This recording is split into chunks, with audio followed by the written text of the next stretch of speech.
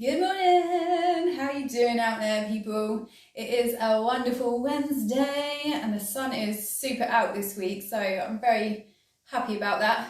Sun always makes me happy. Today is my Work It Wednesday, so I want to teach you guys and girls and everybody in between how to do press-ups. There's something that a lot of people would love to do, and they would love to be able to do them great.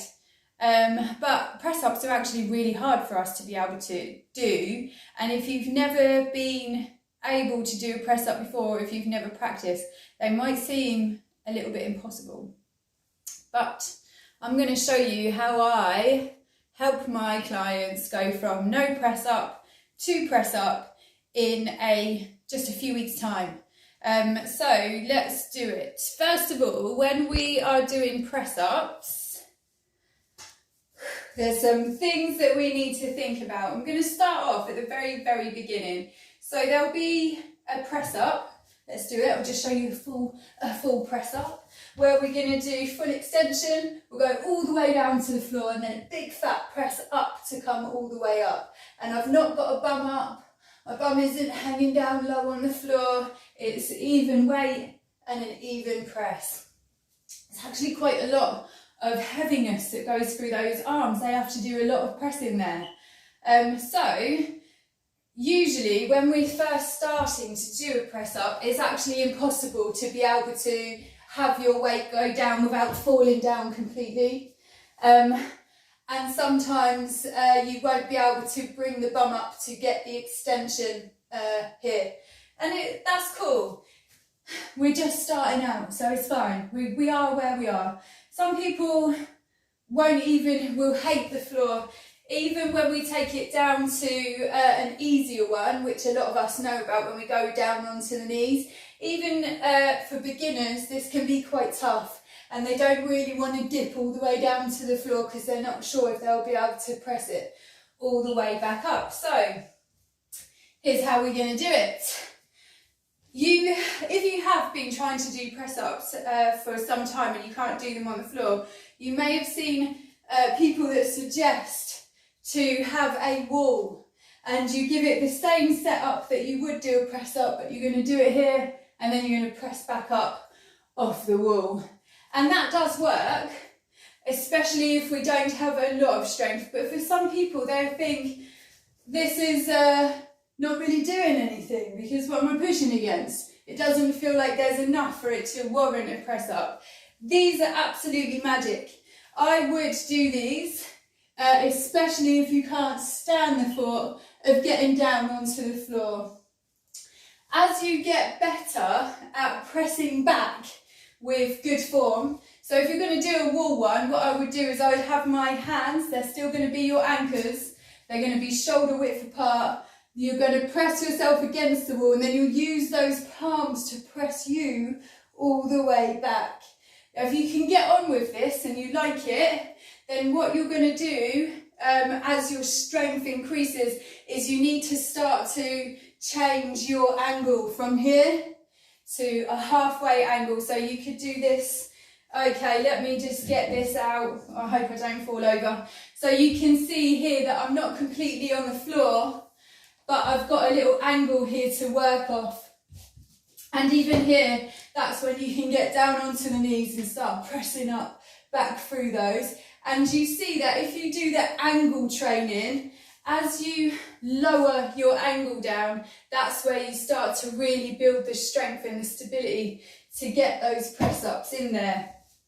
Now, if you're not a fan of doing it against the wall, or you don't think it's giving you that much of a benefit, that's okay. I've actually worked with loads of people that hate doing them because they don't feel like they're doing anything and it's not coming quick enough. They have to go from the wall to something a little bit here and then gradually make their way down to the floor. That can actually take quite a while, but it does work and it does have its place. So if you're patient with your press-ups, give that a go. If you're not too patient and you want to see some good results super quick, then we're going to play a different kind of press-up game. And this is how I train press ups with all of my clients. So if they can't do a press up, this is where we start. All the way down on the floor. Nice. Come and join me if you're getting involved. You notice here I've actually got all my legs down. I've got my hands here either side of my shoulders. And what I'm going to do is I'm going to engage. I'm going to try and press and screw those anchors into the floor. Yes. And then from here, I'm going to tell my palms that they have to push me up. Nice. Now know here that I have still got my legs on the floor. And then what we're going to do, instead of going down nice and slowly, we'll go as far as you can, and then you're just going to lay down, take your hands off the floor. Re-engage those anchors, those palms under your shoulders, and then push all of your weight back into it. And then you can try to go down low. As soon as you lose that strength, you can just pop your chest down on the floor, let go, re-engage it, and do it again. And as you train this way, you take away the hard part of having to put all of that weight in as you go down, because if you lose it, you can just lay down. But you still get all of the strength that that full press up needs. And when you do it this way, you will feel that your pecs and your shoulders really feel like they're trying to get involved with this, and that's because they are. It is actually your hands and your arms and your chest job to be able to press you up and take your weight nice and evenly back down as you lay down. So give this one a go for a few weeks. You will notice if you were to do, I don't know, this consistently, I'd probably train for people that really want to do press ups. I might train them 3 days a week in chest. So let's say for 3 days a week, you're going to do floor press ups where you start on the floor and then you're going to press up. You should notice within a couple of weeks how much stronger you feel in the chest area.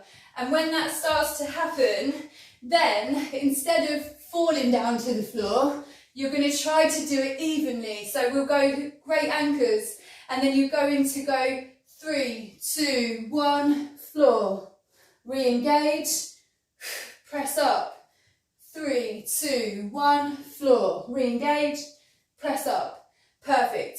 And as you start to do this, well, now not only are you starting to get the strength from pressing back up in your chest, but you're starting to get the strength as you lower yourself down under control, down to the floor. As this improves, or as it gets better, you will start to then notice that you can take your angle. So instead of being a box or falling straight down to the floor and up, we're going to put it at a little angle so that we've got more weight that goes into the chest. Yes, and more weight as you press back up. And as your press ups get better, you're going to bring that count in. So we go 3, 2, 1, floor, still engaged, 1, 2, 3, press. Perfect. And that will then lead you on nicely to be able to do a full press up. Once you start doing, or if you're in between, don't be disheartened if you have to do 5 press ups that are full ones with your legs up, and then 5 press ups with your legs down. It's better for you to do that because your body gets used to the endurance and it gets used to the movement. So do that, and then before you know it, you'll be banging out 20 press ups with no problem at all. And press ups do seem like they're far away for a lot of people. Hold on, coming closer. Do feel like they're far away for a lot of people, but they really don't have to be, and you'll be amazed once you start training it at how quick it comes along. So if press ups are something that you're wanting to get done this year, go and get it done. I hope you have an amazing day, and I shall see you here tomorrow at 9 AM.